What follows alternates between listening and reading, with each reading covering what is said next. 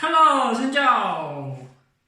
Hôm nay nó có coi nó phong nó con hả? Tao là phong nó chả mi rồi mình ấy cái khác với nhớ đã phong là ác hả? Sao nó phong nó lại ta ác nó, tao là nó phong chả răng rồi mình ấy. Tao là một Việt Nam hay bác nó phong nó phong được ngoài là một lần nó phong nó giờ là mình bảo nó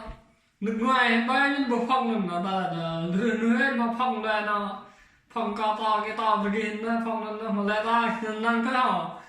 rồi cái ba như con có quay cái ngoài đi nó bên phong nó ác là mà lại ta bình nó lại khăn gỡ bình nó nhìn như bình nó đau cọ bình nó đu đen với làm nó toàn là nó mà lại ta phong nó lao ngoài hẳn ngoài hay là cái bố nó có to với cái họ ta nó năng lắm ạ. Lời phong nó nằm ở sa tây nó không bạc Việt Nam nó bạc con này nó đỡ nó tổ go thông phong nó toàn nó năng hỏng có quái hỏng. Let's go.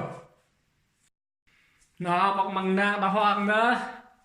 thì bọc măng tang nó đã rầm phong phong này cao thì lại rong mưa hay phong nó khi nó năng nó mà còn là tập quê mới chẳng đa hả dòng bọc đấy thì bọc ta có nó đa phần là nó lúc nó vịt mình nó cái nằm tạm nó dòm là thì đó thấy chưa có đang không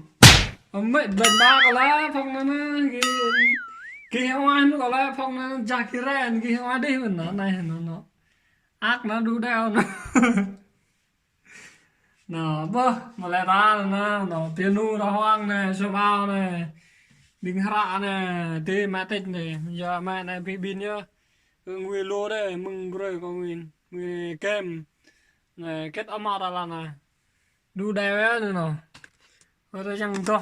bình nó thu là này mò bị nữa là phòng này còn lại bà đâm đây còn lại khi hiện đại cái oan ba nhưng còn lại nữa nó đâm đến nào này có một bit là khăn lang như này nó xăm này thì đã có này hôm nay nó hip nó chặt là Việt Nam ác nữa mà hip bên này này xem ao này đuôi bên này nó lá ngoại hoài này thì mà keo này bố lên đó này nó còn là phòng nó khi kia năng nó cái năng video nó còn là có to được kia không